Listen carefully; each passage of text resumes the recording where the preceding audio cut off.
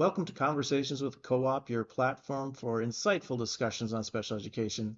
I'm your host, Jeffrey Lee, the K-12 Special Education Coordinator at the Paul Bunyan Education Cooperative. Today, I'm joined by our esteemed guest, Mr. Jim Kath, Behavior Coordinator here at the Co-op. Together, we'll navigate distinctions between general behavior management and emergency behavior management within education. Welcome, Jim. Hey, Jeff. Thanks for having me. Hey, Jim, could you elaborate a little on the nuances between general behavior management techniques and those emergency behavior interventions within our educational system? Specifically, I'm looking for highlights of the importance of individual discretion and establishing a threshold for identifying situations that warrant the attention as an emergency. Right. And I think part of this is tough for case managers and a little bit sometimes just because we may not be the ones inside the classroom setting who set up some type of a general behavior management strategy, right? So like our hope is that in every classroom setting, and whether that's a self-contained special, it could be a self-contained special ed classroom setting, I guess. But within those contexts, that there's some type of a general classroom management strategy and system that is in place to decrease the likelihood that some of these more aberrant behaviors are less likely to occur. And that really these more pro-social behaviors are things that we're working on and trying to increase with kids. So there should be some general strategies that we expect teachers honestly to employ on a regular basis, right? Like whether that's just general proximity control, whether that's we're using 5-to-1 positive praise statements, whether there's some type of a token economy system or ticket system that we're using inside of a classroom setting, whether there's general kind of rules and procedures that we have that are set up in the classroom setting. So I think about those as like all those things should be in place. I mean, think of those maybe if you want to get like tier 1, tier 2, tier 3, like everybody should have some general rules in our classroom, right? We're teaching these kind of things as far as general behavior management strategies. So those are kind of those tier 1, tier 2 interventions that we expect for people to have.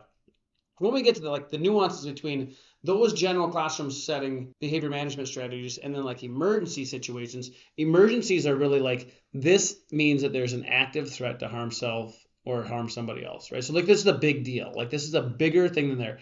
It's different than disruptive behaviors. And I think maybe that's where people get hung up a little bit sometimes. A kid could be screaming, he could be yelling, he could be really kind of out of control in some ways and being really, really disruptive in that environment. And it may even be appropriate for that kid to leave the environment, but it's really not an emergency situation because the child is not a threat to harm themselves or others. So when we think about what is an emergency, we really want to kind of reserve even using that language and thinking about those or reserve using those techniques, if you will, only for those situations where it's truly a threat to harm self or somebody else. Right. That can differ a little bit between you and me, right? What I perceive as an emergency and what you perceive as an emergency. But ultimately, we need to kind of, at the end of the whole thing, say, I felt that there was a danger to self or others. You might not come to the same conclusion, but then that's where we end up talking. Right? Yeah, and we do want to kind of determine like what are those things, and I think that's why when we talk about like staff debriefing meetings and those kind of things, like the formalized process of the staff debriefing is after we've actually used some type of restrictive procedure, but hopefully, right, that we're having some kind of a conversation with one another when we deal with these kind of more crisis type situations or really disruptive behaviors, that we are on the same page. How was that handled? Did we handle that okay? Was that really an emergency? Yes, he said, I'm going to kill you. Does that make it an emergency?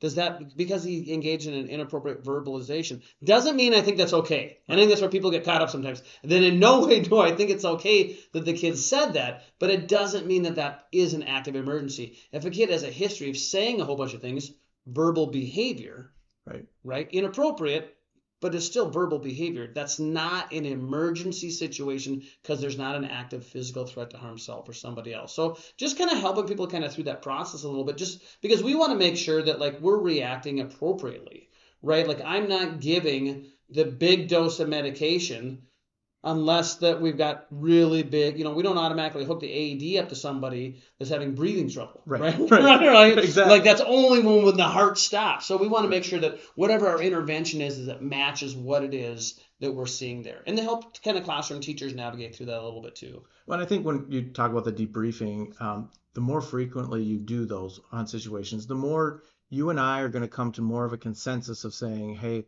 we both felt like this was this, right? Yeah, 100%. And I think that, like, we've talked in the past too, like when we think about like behavior plans and those kind of things. And I'm less honestly concerned about the formalization of the behavior plan, but really this active communications. Behavior plans in and of themselves are really staff communication tools is what they are. They really have very little to do with the student. It has to do with, we see these types of behaviors regularly enough from this student that we want to have some kind of a plan that when we see these things, this is how we're going to react. Right. But it's always kind of this, works in progress that we're actively kind of talking through this and go, when we did that work out well? Did we respond the way that we said we were going to respond? Did people come down and did people stop talking to the student once this kid started to display these more kind of physical but not aggressive or emergency type behaviors? So that communication is really an important piece. And again, it shouldn't be something that we just reserve for when there's an actual physical hold. Right. When there's actually that, we kind of lost the true purpose for them by that point. And I think sometimes as case managers, we communicate a lot with classroom teachers, but maybe not as much as we should, especially when we're dealing with trying to shape a student's behavior into something more pro-social. So we'll have like conversations when something bad goes on, but having that pre-planning and understanding of, this is what's going to happen. This is what those expectations are. Yeah, and I think, if we're sending a kid into a general education classroom setting a lot, and we're expecting that teacher to engage in certain behaviors to increase those pro-social behaviors for this kid, then we want to be pretty explicit about how it is that we're going to teach that teacher essentially how to react to these kind of situations. And again, like I don't mean that like it's because teachers don't know what they're doing or anything else like that, but like the responses that we look for sometimes when we're really looking at specific targeted behaviors may not be the quote unquote normal response that a lot of people would do. A kid who swears, my normal response in the world might not for me to completely ignore and pretend like I didn't hear that from that kid. However, for a certain kid that is doing this for specific teacher attention, that may be exactly what the intervention calls for in that intervention. It's not my normal response, but it is the response that's called for on that behavior plan because it's going to lead to the best outcome for that particular kid. Doesn't again mean that I think that's okay, all that kind of stuff, but like there has to be that good communication there. So well, and I think that's a really good example because I might be engaged in that general behavior management of ignoring a behavior, and all of a sudden the kid says, I'm going to stab you, and picks up a pencil and raises it above his head. I'm not going to ignore that anymore. Right. So like there's a difference between a verbal behavior again, and a physical behavior that's doing it. I can think of a student that I worked with years ago that was actually in a wheelchair, and he would say that he was going to blow up the school or he was going to burn the school down. And he literally had no physical ability to engage in any of those kind of things. He was engaged in really inappropriate verbal behavior. And we thought that was significant things. But to react to that situation in such a way that was an active threat to the safety and well-being of the people in the school would have been ridiculous. Right. We would have responded in such a way. So we don't want to over-respond to situations that don't appropriately call for that. So it's important to help people kind of elevate this or understand a little bit. And we talk about with our handle with care training that some of our classroom teachers might not have the opportunity to go to, but what are these low levels of tension? And then what's our appropriate response, of being supportive in those situations? And what's this middle level of tension? And then when we get to this high, really where's that threshold of what is an emergency and what is not an emergency? Because once it reaches that emergency status, then things change as to what the actual priority is for us at that moment. Jim, that's a really good point. Can you elaborate a little bit on how an emergency behavior interrupts kind of that general behavior management process? Yeah, I think when we use the term emergency, we're truly trying to reserve that term for just what it says. This is an emergency. This is somebody is going to get hurt, or there's a really high likelihood that this kid is going to hurt themselves or they're going to hurt somebody else. And that's what we're talking about when we talk about emergencies, right? So there's this active threat there. And I think that's where people kind of get hung up a little bit because I think sometimes a kid could be engaged in some really, really inappropriate behavior, right? I could be really engaged in a lot of really inappropriate verbalizations, and I'm swearing and I'm threatening and I'm doing a bunch of stuff I really absolutely shouldn't do. And maybe I'm doing that where other kids are hearing that as well too. And then people can get even a little bit more concerned, I think, right? And then they go, well, this is an emergency.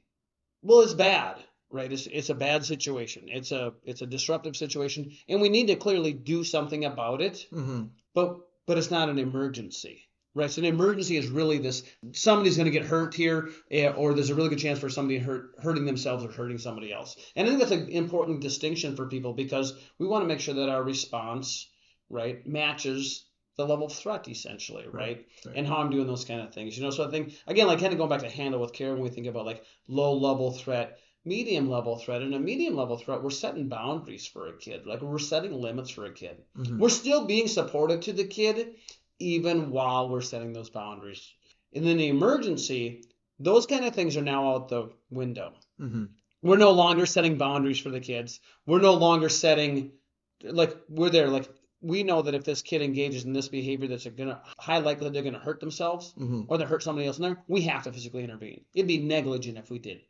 Right. So like we're physically going to intervene at those points there. And generally I think, at this point, we're really not talking about any kind of verbalizations for the most part. It's really like we're talking about a physical intervention meant to kind of stop and try to interrupt this inappropriate emergency type behavior. There is a definite distinction between those kind of things and letting people be comfortable or helping people get kind of more comfortable about what that is. And again, like you had mentioned, that can vary a little bit from person to person. Right. So like my level of like physical threat might look a little bit different than somebody else's does. But it also has to still be that there is an actual active physical threat to harm self or somebody else, that we're not reacting with we don't react to a verbal threat the same as we react to an actual physical threat, right? Saying I'm going to punch you and pulling back my fists and trying to swing at you, we react differently to those kind of things. Right. So. And I think when I sometimes oversimplify things, but I think of general behavior management as kind of this plan, this linear plan, right? Yeah. And then the emergency is like somebody just snipped it right there, right? And we have to get back to the plan after that emergency is over. So it's not, oh, here's our general education plan. There's an emergency. Now everything goes to, wherever. It's some other. We're coming back to the plan and resuming the plan once that emergency is no longer. But yeah, no, I think that's a good point because I think once a kid is at a point that we're like, it's a physical threat to harm themselves or others, the main important thing that we're trying to do there is to just keep everybody safe. Safety becomes the guiding principle in all those things, right? So we're not worried at that point of like whether or not if a kid is engaged in a bunch of inappropriate verbalizations and a bunch of physical things that are going on, the only thing we're worried about right there is that physical thing. It doesn't mean, though, again, that we think those verbalizations are okay, but like we're dealing with the emergency that's going on there. We might come back after the kid is back and calm down, but we know that dealing with somebody in a really dysregulated state, the likelihood of that being an effective for future behavior change is zero, really. It just doesn't exist, and that we have to really kind of get this kid back to a calm state before we can move forward and follow and resume back with what is the behavior plan, right? And I think you really hit a really important thing. Like the purpose of general behavior management and the purpose of emergency behavior management are completely different. Yeah. I mean, they aren't even close to the same. Right. And that's where I think things get really confusing for people because we're dealing with a behavior and it's fluid, right? We're starting with this low level, we're moving to middle, we're going up to high. Where we're at that emergency, it feels fluid, but in reality, once that threat is there, once it's an emergency situation, I have a whole different set of priorities. Right. Well, yeah, exactly. So I think once it gets to that point, like my job is to try to make sure that everybody's safe here. We're going to keep people safe. That might mean moving people around. It might be calling certain people down to help deal with the situation so that we can make sure that we've got the right personnel in place there. That the safety is the guiding force. And those other times, our behavior plans are really there. That's really kind of more of an like, not to get like too technical, but like that's more like operant conditioning. That's more like teaching. We're trying to teach what are the appropriate skills there. The teaching opportunities in an emergency situation don't exist, right? We can't use that as a teaching time. And I think that the closest thing that people can do at that time is they think if we employ a big enough punishment, right, then somehow we can teach them a lesson during this time. And I don't mean that meanly when I say teach them a lesson, but like to actually teach them during that time. But it doesn't work that way. You can't teach a kid that is that dysregulated. That's not an optimal teaching opportunity. We don't build new neural pathways during those moments, right? Right. I do think one thing that we were skating around a little Mm-hmm. bit, and I think it's important to really hit, is some of these behaviors can be extreme without it being an emergency and still kind of feeling that, right? And I think of the kid who is like flipping over desks, Right. throwing things. Yeah. I mean, this kid can't be in that classroom. Right. This when you're following a plan that says this is what we're doing, but it's not that emergency level. But it probably feels like it to the students that might be observing it, Mm-hmm. to the classroom teacher who just was teaching a lesson to the students and all of a sudden this is happening. It can feel very emergency like, Yep. but we still have an opportunity to kind of teach in that moment. I think once a kid, and for some kids, like there's likely a little bit of variation, like what we call as an emergency based on the staff that are, present there or whatever. But I think a lot of it comes down to just kind of basic communication when these certain behaviors come up. Mm-hmm. If a kid has a history of some physical aggression, but it's not toward other people. Right. Or themselves, right? So there's really not a chance to harm myself or others, but it's directed towards property. Right. Or it's directed towards maybe really extreme verbalizations. We may want our staff to react in a certain specific way. Mm-hmm. In fact, we probably do Right. want them to react in a certain specific way to decrease the effectiveness of some of those kind of things. So there is still that we're trying to provide specific, consistent ways that when this behavior comes up, this is how we're going to react. When we get to this emergency situation, there is probably more variability in what the actual behavior plan says, because we really are, the priority there is like if a person has, this is a more extreme example, but like if the person has a gun, the priority is to get the gun. How we get the gun isn't important. What's important is that we get the gun, right? So like when I'm in this emergency situation, we want to keep this person safe. How we keep this person safe isn't as important as it is to keep the person safe. Right. So when we see people that use things like distraction, right? Yeah. In this crisis situation where a kid is actively going and they go, oh my gosh, do you have new red shoes on? And then we go, what the heck are they doing? They shouldn't be talking about the kid's shoes. We need to stop him. We need to punish him for engaging in this behavior. No. How we get this kid calmed down doesn't matter. Right. What matters is that we get this kid calmed down. It doesn't mean, again, that we think that the behaviors they're engaged in are okay. And that's where people get hung up, I think. Yeah. Right? We're going to deal with those kind of things. We're going to have, quote unquote, consequences. Perhaps there's some type of a punishment that goes along with those things. Perhaps there's not. Mm-hmm. Right? Perhaps that we're gonna try to decrease the likelihood that this is gonna get to this emergency situation again. But in the middle of that emergency situation, the only priority is to keep everybody safe, and we're just gonna do that. However, we are hopefully gonna have some good strategies to use. But and we talk a lot about having that plan ahead of time, right? Like there should be that plan to say like, okay, this is where this is going. So yeah. after the emergency situation, we're going to resume that plan and continue. And so consequences, punishment, whatever we want to call it, should be a part of that plan for when this happens. How are we going to decrease it from happening again? Right. Yeah, and I think like when we talk about like kind of consequential things, and we talk about like behavior plans in particular, like the first two strategies don't have to do with how do we respond to the behavior.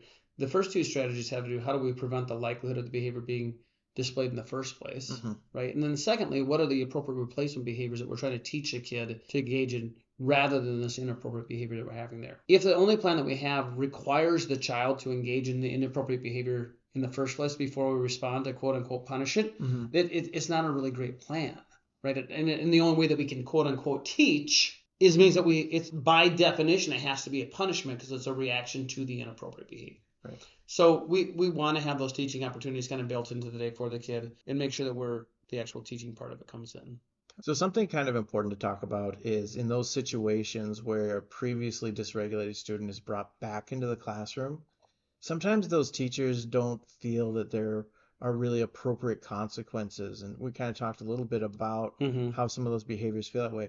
How can we ensure that the appropriate consequences are delivered effectively while maintaining a conducive learning environment for all students? It's a hard situation when we have a kid who maybe they're really engaged in some really inappropriate behavior, maybe inappropriate verbalizations, and they've been out of the classroom maybe for a period of time. They've kind of regulated, right? They've done a little bit of work maybe. We've got them coming into a class period where they've got a history of being successful in that class period, and we're moving them back into this classroom at that time. And generally, the adults in the room are like, they're not ready to have that kid come back in there, right? And then they go, well, because they think that by having the kid out of there longer, that decreases the likelihood that that kid's gonna engage in that behavior, right? Or they're gonna have to deal with that kind of behavior. And I think we need to have good communication with the adults in the environment, the classroom teacher, as well as the case manager, just to make sure that everybody's on the same page and we understand that, like, when a child leaves a room and it's this emergency situation and we've dealt with this emergency situation, that everybody's on the same page of this is how we've dealt with it. We agree to this, and now we're going to return back into that classroom. But again, like, having this idea that, like, a longer period of time out, or that the kid needs to have a bigger punisher in order for learning to take place, generally likely isn't real effective. When we think about, like, a basketball game and somebody makes a really bad shot, we don't take them out of the game for a really long period of time thinking that that's going to teach them how to make that shot again, right? We practice going through how to take that shot under those similar circumstances over and over again, and then we put them back into the game as quickly as possible, and we try to replicate that exact shot for them again. So I think, that same kind of mentality is really kind of what we need to think about when we're trying to teach what are these specific skills for a kid to engage in these kind of maybe more tough social situations. I do think there's also that aspect of looking at the student and re-entering into that classroom after you just had an outburst is a really difficult thing. And I don't think that's looked at enough to be like, wow, this is actually a really hard thing for the kid to come back into the classroom. And then if the first thing that happens is everyone turns and looks at them, that raises that stake. Or if the teacher is upset because you didn't finish your work or something along those lines, right? We're giving the student a reason to re-escalate. Sure. And it actually increases that likelihood that we're going to see that same behavior and a lot of times it is to get out of being in that classroom that behavior happened in the first place. Yeah, where this kid is struggling a little bit socially or academically as well too. So yeah, I think that's a great point of, like, having some type of a reintroduction plan when we come back in here. Does that mean that a student in the classroom looks over at the new student, comes in and says, "I'm really glad that you're back in the classroom. We're glad that you're here again"? Does it mean that the classroom teacher makes a similar type of a comment or returns that back there? "I'm really glad to see that you're back in the classroom. We missed you while you're gone." And that, again, that's not the normal reaction for a lot of it. Certainly not my normal reaction, right? So, like, but when we teach that to students and we teach that to other staff and those kind of things, is that does become more of the normal reaction of when these things do happen. How is it that we respond to increase the likelihood that this kid is going to come into this room and be successful? And I think we can all agree that that's what we're trying to get to. Right. We want this, we want Johnny to come back into this classroom, and we want him to be successful in that classroom. We want him to display the same kind of socially appropriate behaviors that these other students are behaving or displaying. And we're kind of setting the stage for those kind of things. So, but yeah, it's a different response a lot of times than we normally have. And I think so my daughter swims, and we see some really young swimmers, and we're at a swim meet, and there's this little 5-year-old, and she's trying to swim down to the other end, and it is taking forever. It is a struggle. It is a complete struggle. When she gets to the end, the entire pool stands up and applauds her. Yeah. Right? Look at this effort that you gave. Absolutely. We're really proud of you. That kid walking into that classroom is under no less stress. That's a good example. Yeah. So, like, they're really exerting. It's more difficult for them for whatever reasons, a variety of reasons, whether they're social, whether these are kind of familial kind of things, environmental conditions that this kid is growing up under, whether there's neurological, developmental issues, whatever it is. But this is more challenging for this kid to engage in this behavior. We could all recognize that. Yeah. But to really reward and go, oh my gosh, when this kid does this is a really, really big deal. And I'm not advocating for the classroom to stand up and turn and applaud the kids. No, right? but the teacher to give a thumbs up or even just a little nod, like, glad you're here. We're recognize that, you worked through this, and this was a hard deal, and I'm so glad. And when they do get upset inside the classroom, if they're able to deal with something in the classroom and not have to leave, then really we do make a big deal. That we really are so, but that I really noticed that you made a real effort to do that. So great examples. So as we conclude this episode, I want to extend my gratitude to Jim Kath, our behavioral coordinator. Thanks for having me. For your valuable insight. I'm Jeffrey Lee, encouraging our special education case managers within the Paul Bunyan Education Cooperative to apply some of these learnings to their crucial roles. Join us next time for more engaging conversations shaping special education.